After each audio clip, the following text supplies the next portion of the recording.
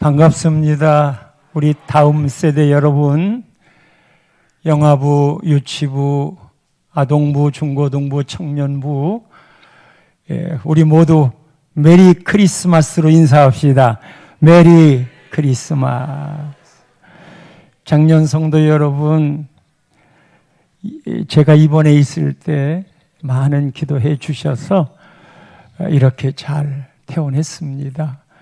감사한 마음을 전하며 오늘 예수님 탄생하신 생일날입니다. 저 길 가던 사람도 번쩍 소리가 들리도록 크게 메리 크리스마스로 다시 인사합니다. 메리 크리스마스! 오늘 예수님이 탄생하셨고 예수님이 사셨던 곳은 나사렛이고 예수님이 돌아가신 곳은 예루살렘 골고다입니다. 그렇다면 예수님이 태어나신 곳은 어디일까요? 제 말이 아니라 구약의 미가 선지자가 예수님의 탄생을 이야기했습니다. 5장 2절 말씀에 베들레헴 에브라다야, 너는 유다 족속 중에 작을지라도 이스라엘을 다스릴 자가 내게서 내게로 나올 것이라. 그의 근본은 상고에 영원에 있느니라. 이 베들레헴이 유대 지도 가운데 어디에 있을까요?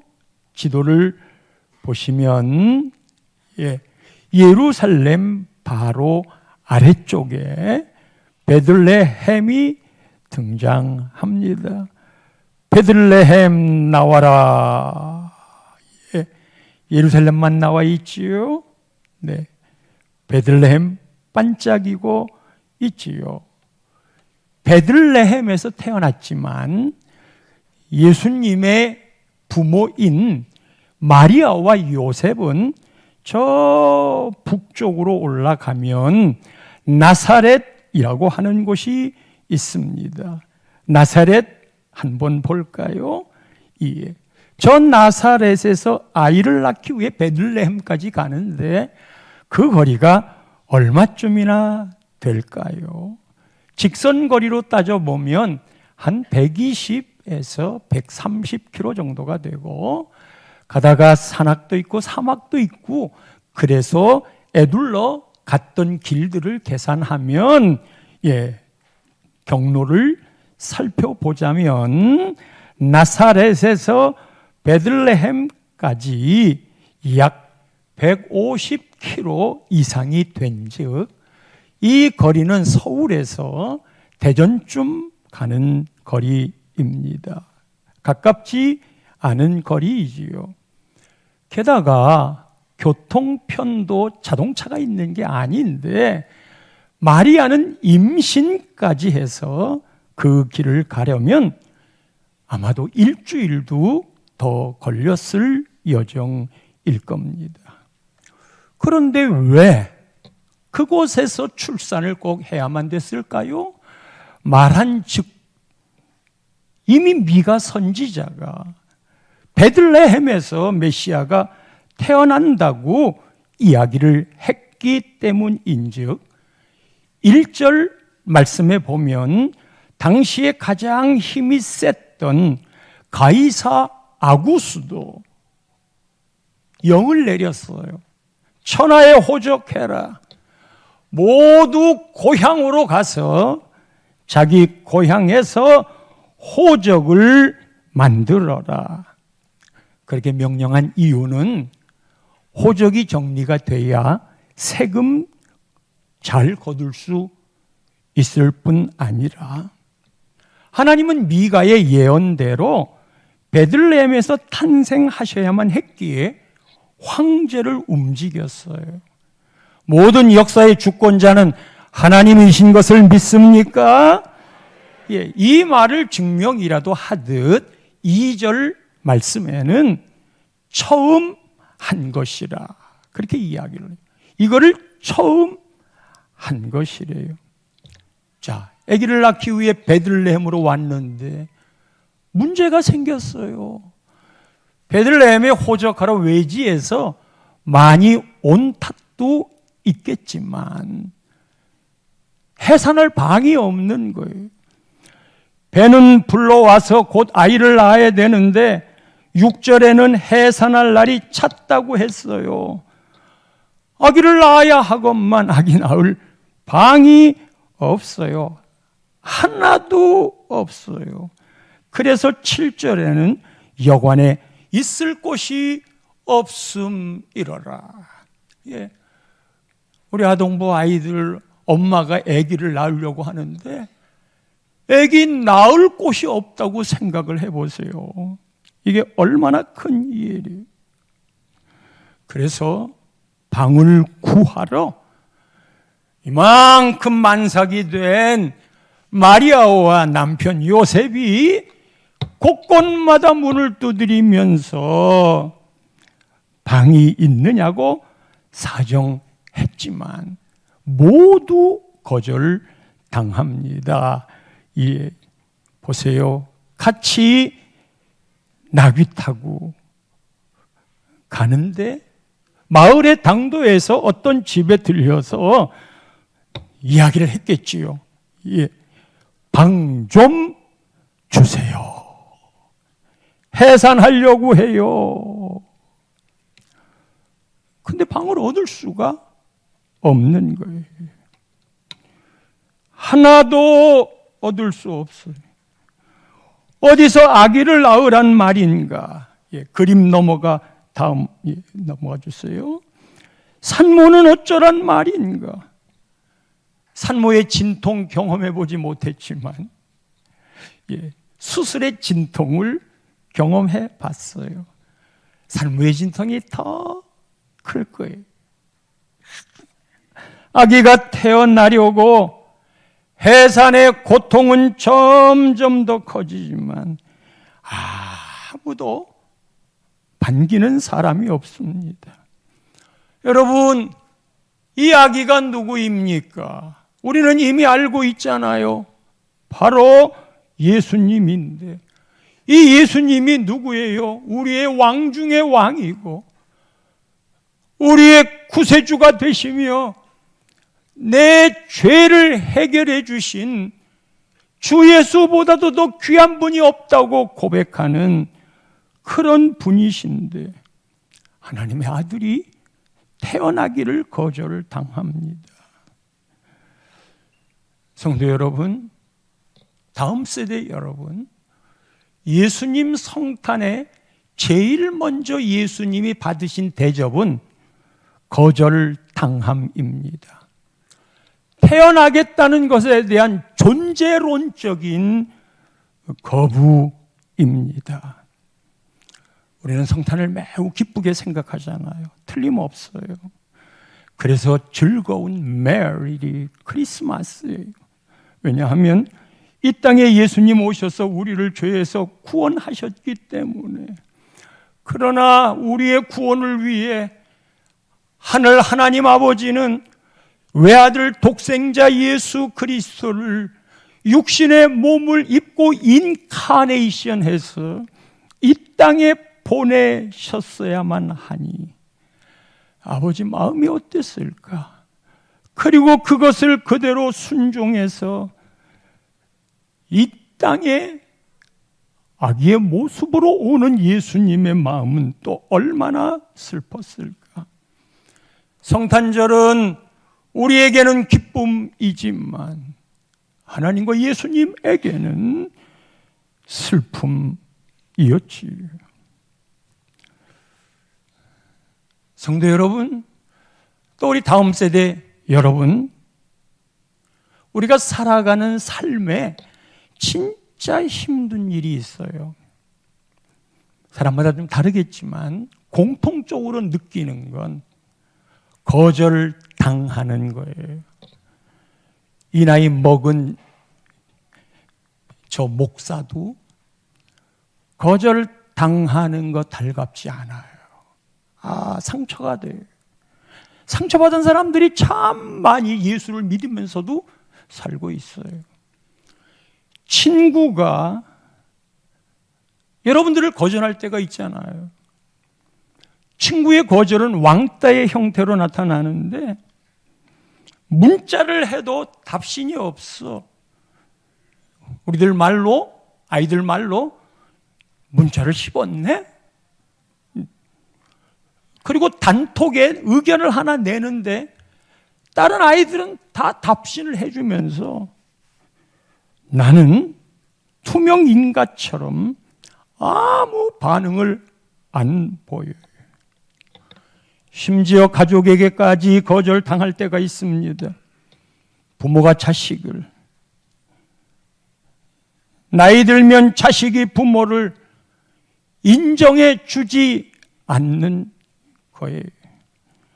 친구가 됐든 가족이 됐든 거절당하면 살고 싶지 않습니다. 모멸감을 느낍니다. 교회 공동체 안에서 거절을 당하게 되면 하나님 안 믿고 싶어요. 하나님이 어디 있냐? 그렇게 말하고 싶어요. 그만큼 힘든 것이 거절당하는 건데 성도 여러분, 속상해하지 마세요. 왜냐하면 여러분들이 그렇게 거절당하는 것이 있다면 여러분들은 이미 예수님을 닮은 사람들이기 때문입니다. 문제는 이것을 어떻게 잘 처리하느냐 하는 것이 남아있지만 예수님을 믿는다는 말은 예수님 탄생 자체마저도 거절당했다는 것을 생각해 보면 우리는 이미 예수를 믿었다는 건 거절감을 뛰어넘은 거예요. 예수님을 영접했다는 것은 이미 거절감을 이겨낸 유전인자가 나에게 있다는 거예요. 아멘이십니까? 그러니까 누군가 나를 막 거절하여 상처 입은 마음이 될 때 그래, 뭐 예수님도 그랬잖아. 여러분, 이게 대단한 믿음인 이유가 뭔지 아세요?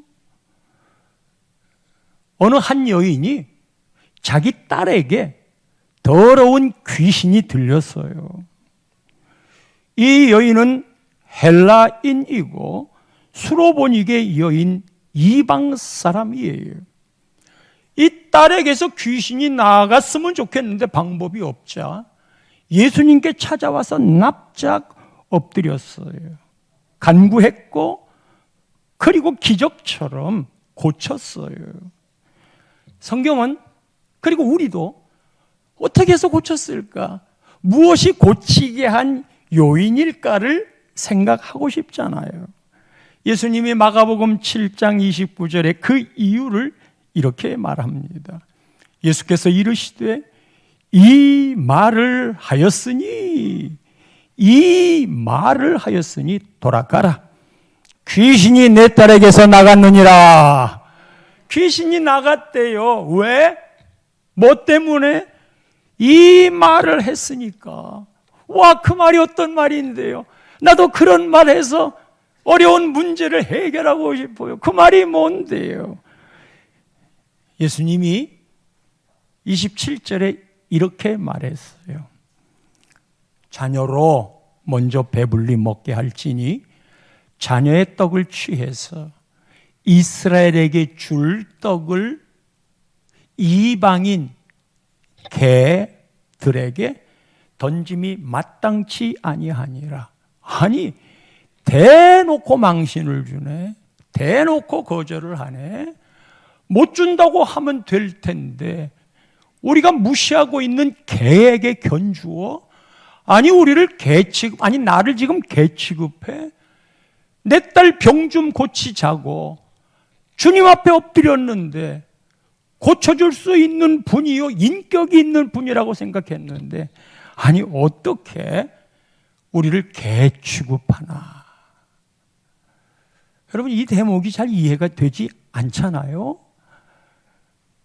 이 여인이 이 말을 딱 듣고 그 다음에 한 말 때문에 딸이 고친 거예요. 어쩌면 이 말을 끌어내고 싶어서 예수님이 말했을는지 모르겠어요. 28절 말씀입니다. 예수님이 이렇게 개 취급을 하시는데도 주여 올소이다.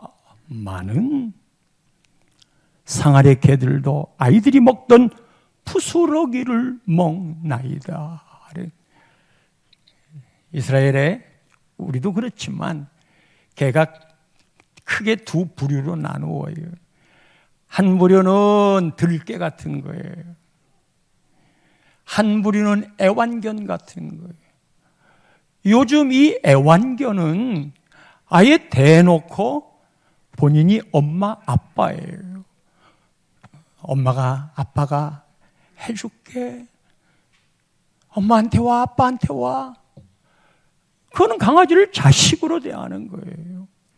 개라는 말을 들었지만 그것 때문에 자존심 상해하지 않고 그것 때문에 거절당한 상처를 안지 않고 그러면요 옳습니다. 그러나 저를 애완견으로 보시는 거지요. 바로 이 말을 했으니 내 딸에게서 귀신이 나갔느니라. 예수님을 믿는 믿음이라는 게 뭘로 나타나는 겁니까? 뭐가 믿음이 있다고 말하는 거예요? 지금 이 수로보니게 여인 같은 경우는 그 믿음을 아무리 예수님 같은 분이 그렇게 설령 말했다 하더라도 이 거절감을 이긴 것으로 예수님 태어날 때부터 그러셨어요. 그리고는 그 자리를 떠나지 않고 지키는 겁니다. 우리가 신앙생활을 하면서 하나님을 떠나게 되는 게 그 알량한 자존심이에요. 아직도 예수님이 내 안에 탄생의 의미를 받아들이지 못한 사람들이 그 자리를 떠나게 만드는 건 언제나 바로 알량한 거절당함에 따른 존심의 상함. 그러나 믿음이란 그 자리를 딱 지키고 있는 거예요. 이것을 하나님이 기뻐하십니다. 성도 여러분, 예수님 오시는 걸 거절했다고 예수님이 안 오시나? 예수님 오시는 걸 거절했다고 예수님이 안 태어나시나? 그것으로 끝나는 거 아니에요. 천만의 만만의 말씀.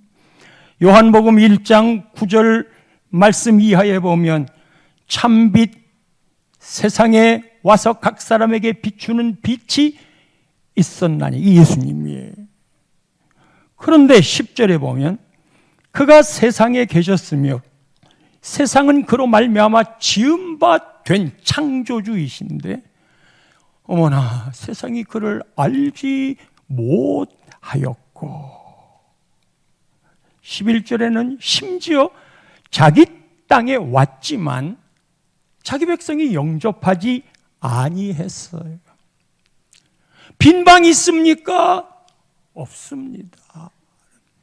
영접하지 아니했어요. 그러나 그 유명한 12절 말씀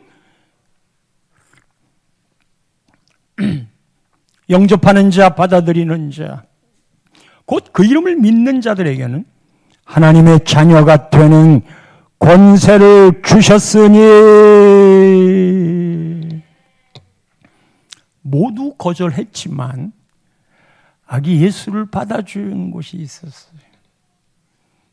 이 품에 태어나시라고 받아준 곳이 영접한 곳이 있었어요. 그 주인공이 누구일까? 7절 말씀에는 첫 아들을 낳아 강보로 싸서 구유에 누였으니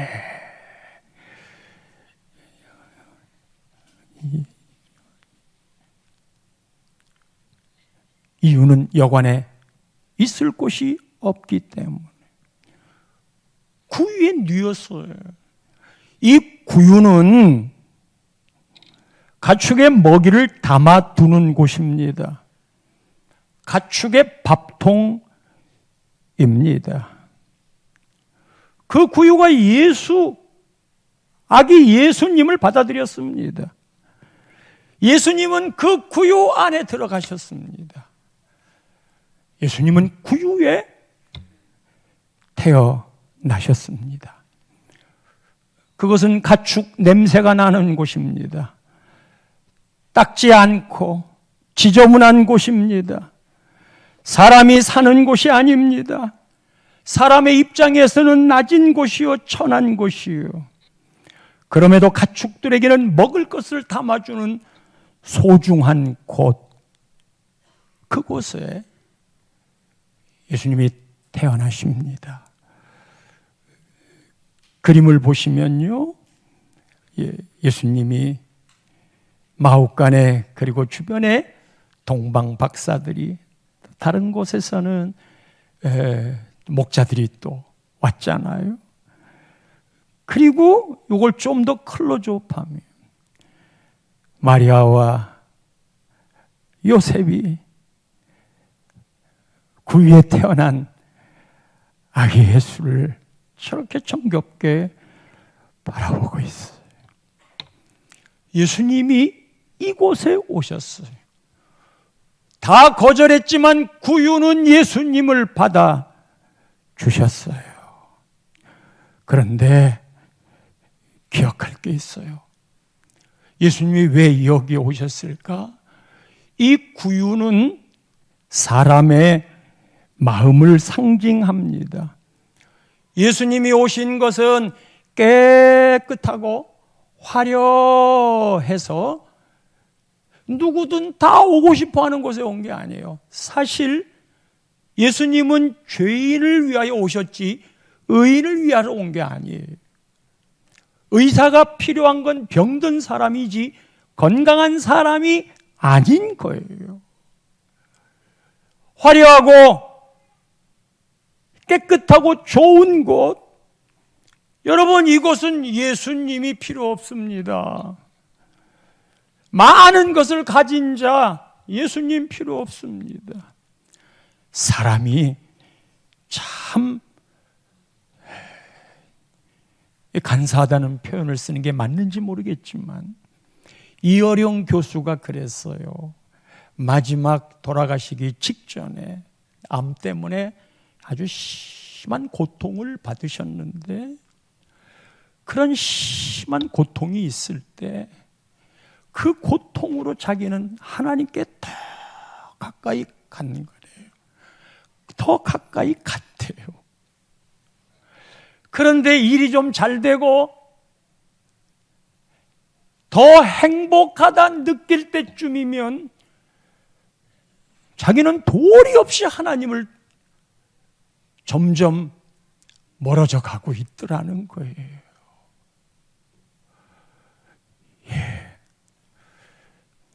이제 병원에 입원하면 성도님들의 여러 마음에 얼마나 간절한 기도가 있겠어요. 또 목사라는 위치가 아파서 병원에 입원하는 거 교인들에게 별로 잘하는 일 아니거든요. 그럼에도 영적으로는 저에게 주는 유익이 있다는 사실 아세요? 정말 하나님이 나를 사랑으로 다루시고 계시는구나. 나 주님 없이는 못 살아요. 주님 도우심 없이는 못 살아요. 여러분, 우리가 그렇잖아요. 밥을 먹는 거 그냥 아멘 하고 먹어요.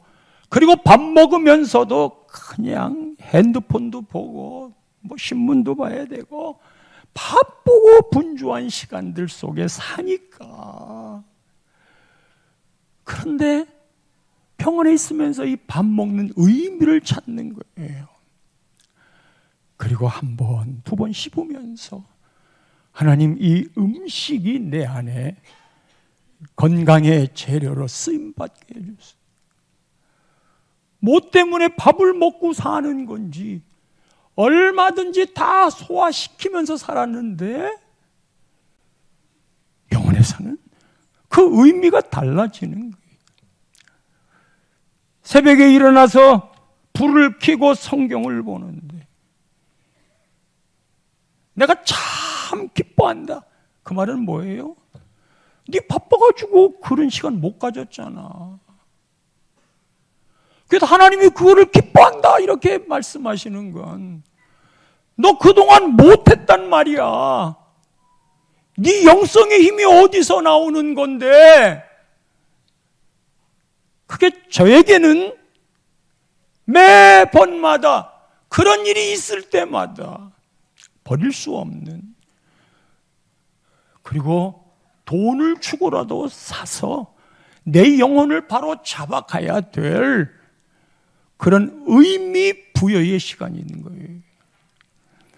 그런 면에서 건강을 참 감사해야 하겠지만 이 건강이라는 걸 믿고 하나님 의지하지 않으면 저처럼 검사하러 갔다가 병원에 들어가서 잡히는 거예요.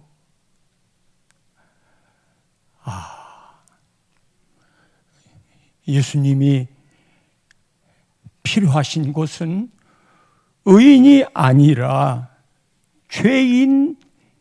죄인이로구나. 정말 예수님을 필요로 하는 사람, 그곳에 오시는 거구나. 낮고 천한 곳, 예수님이 필요한 곳이 바로 그곳이고, 그곳인 이유는 내가 예수님이 필요해요 라고 생각하는 사람이 있기 때문에 그게 구유이며, 그것을 아는 사람들은 이 성탄의 의미를 낮은 곳을 향하는, 그게 5,000원 산타의 걸음들이거든요. 그런 거 안 해도 우리 살 수 있어요. 우리가 뭐 아쉬워서 그래요. 근데 이번에도 5,000원 산타 보고하는 내용들을 보면서 야, 이게 하나님이 우리 교회를 바라보시는 기쁨의 눈동자요, 그곳에서 눈물이 나오겠구나. 얼마나 은혜롭게들 그 의미를 찾아서 가난한 곳, 어려운 곳, 낮은 곳, 누추한 곳, 심지어 냄새 나는 곳까지 찾아가는지. 그런데요, 이 구유가 무엇과 닮은 줄 아세요? 구유 볼품 없어요. 이 구유 냄새 나요. 아름다운 것도 없어요. 이사야 53장 2절 말씀에 보면 이렇게 이야기합니다. 그는 주 앞에서 자라나는 연한 순 같고 안강해요. 마른 땅에서 나온 뿌리 같아서. 마른 땅에서 나온 뿌리가 얼마나 강하겠어요? 고운 모양도 없어. 풍채도 없어. 우리가 보기에 흠모할 만한 아름다운 것이 없어. 아니, 구유에 태어난 그 아기가 뭐 흠모할 만한 그런 것들이 있다고 사람들이 후레쉬를 터뜨리면서 취재하러 오겠어요. 3절, 그는 멸시를 받았어. 사람들에게 버림받았어. 간고를 많이 겪었어. 질고를 그래서 아는 자야. 마치 사람들이 그에게서 얼굴을 가리는 것 같이 멸시를 당했어. 누가 고개를 획 돌리는 것처럼 거절당함, 멸시를 당하였고 우리도 그를 귀히 여기지 아니하였도다. 우리 예수 믿는 사람도 성탄절이라고 그러면서 예수님을 귀히 여기지 않아. 그게 전부 다 거절당함으로 등장하겠지.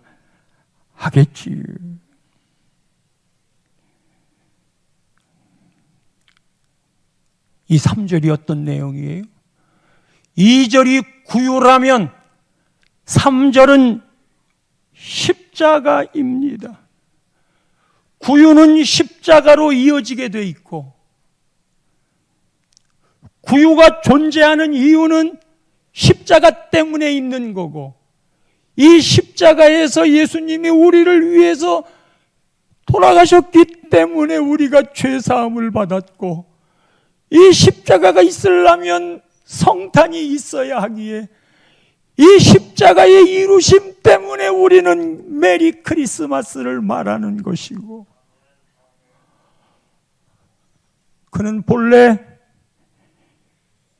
하나님의 본체이셨지만 하나님과 동등됨을 취할 것으로 여기지 아니했어요. 그래서 구주로 오셨어요. 빌립보서 2장 7절 말씀에 보면 오히려 자기를 비어 종의 형체를 가지사 사람들과 같이 되셨고, 이게 인카네이션, 육신으로 오신 예수님. 그리고 8절에 사람의 모양으로 나타나사 자기를 낮추시고 죽기까지 복종했으니 그 끝이 곧 십자가의 죽으심이라. 이 구유가 십자가로 끝을 맺었습니다. 예수님이 구유에 오신 것은 십자가에 죽기 위해 오셨습니다. 그리고 그 일 때문에 우리는 메리 크리스마스를 말하고 있는 거지요. 이 십자가의 예수님 모습을 한번 보십시오. 예수님 십자가에 돌아가시는 이 모습. 나는 유대인의 왕이라. 수많은 조롱에 부끄러운 몸을 드러내고 멸시와 천대와 침뱉음을 당하셨던 구유의 그 예수님. 예수님이 구유에 태어나신 것, 그것이 오늘의 성탄이고, 우리는 그래서 십자가 이룬 그 구원 때문에 나의 죄 사함이 이루어진지라 메리 크리스마스를 외치나 예수님은 정말 슬프셨던 날. 어젯밤 명동에는 영하 8도를 가르치는 밤 시간 이것만 약 40만 명의 인파가 몰릴 것으로 예상했어요. 다 명동거리로 몰렸어요. 여러 가지 재미있는 일들이 많았겠지요. 그게 뭐가 나쁘겠어요. 그곳에서 올라이트도 있었을 것이고 파티도 있었을 것이고 밤을 새우는 일도 있었을 것이고 술 한 잔씩 걸치면서 망연회를 할 수도 있었겠지. 그러나 예수님의 탄생을 정작 본 것은 오랜 날 별을 연구했던 동방 박사와 새벽에 밖에서 양떼를 지키던 목자들 정도만 예수님 탄생의 자리에 초대되었습니다. 아기 예수가 탄생하신 이 성탄의 아침, 우리 다음 세대 여러분들과 사랑하는 성도님들이 오늘 이처럼 예수님의 성탄을 기뻐하며 그 진정한 의미를 찾는 그런 이 자리에 주인공이 되었지만 어제 밤새도록 지냈던 분들은 그러하지 못했을 겁니다. 오늘 여러분들은 성탄의 증인이자 주인공들 되신 걸 축복합니다. 끝으로 성탄절만 되면 나오는 연극이 있지요. 빈 방 있습니까? 미국에서 실제로 있었던 이야기를 각색한 겁니다. 윌리의 성탄극이라는 제목이었는데 교회에서 연극을 하게 됐어요. 17살의 윌리는 말을 좀 더듬는 지지나입니다. 역할을 맡겨야 되는데 말을 가장 안 하는 역할이 여관집 주인입니다. 그래서 만삭이 된 마리아 부부가 빈방 있습니까? 하고 물어보면 없습니다. 이 말만 하면 되는 거예요. 그런데 빈방 있습니까? 라고 만삭이 되어 그리고 누가 태어날 아기인지 알고 있잖아요. 빈방 없습니다. 그 말 하면 되는데 연극이 실제가 되어서 자기 집에는 빈방이 있다고 이야기한 거예요. 모두 NG를 냈어요. 그 말하지 말라고. 그러나 우리 집에 빈방이 있단 말이에요. 그리고 연극은 끝나버렸고 망쳐버렸어요. 너 때문에 망쳤다고 다 이야기하고 나간 그 자리에 혼자 앉아서 독백을 합니다. 도무지 예수님을 낳을 마리아를 그대로 보내줄 수 없었던 그였기 때문에 아무도 없는 곳에 조명이 비춰지고 연극을 망친 후에 하는 독백. 하나님 용서해 주세요. 내가 이 연극을 망쳐놓았어요. 그렇지만 어떻게 거짓말을 해요? 우리 집안에 빈방이 있잖아요. 아주 좋은 방은 아니지만 하나님도 아시잖아요. 근데 예수님을 어떻게 마구간에서 낳으라고 그래요? 난 정말 예수님이 우리 집에서 태어났으면 좋겠어요. 정말 그랬으면 좋겠어요. 여러분의 마음에 지금 예수님을 모실 빈 방이 있으십니까? 예수님은 오늘도 성탄으로 태어나셨지만 내일도 여러분의 마음을 두드릴 겁니다. 주님, 저는 주님 없이는 못 살아요. 그래, 내가 너와 함께 할게. 그런 자에게만 메리 크리스마스로 날마다 이어지게 될 겁니다. 예수가 사라져버린 성탄절에 오늘 그 예수님의 마음을 붙잡고 여러분 심령에 죄인 같더라도 정녕 예수님을 모시는 구유의 삶이 이어지기를, 그래서 동행하시기를 축원합니다.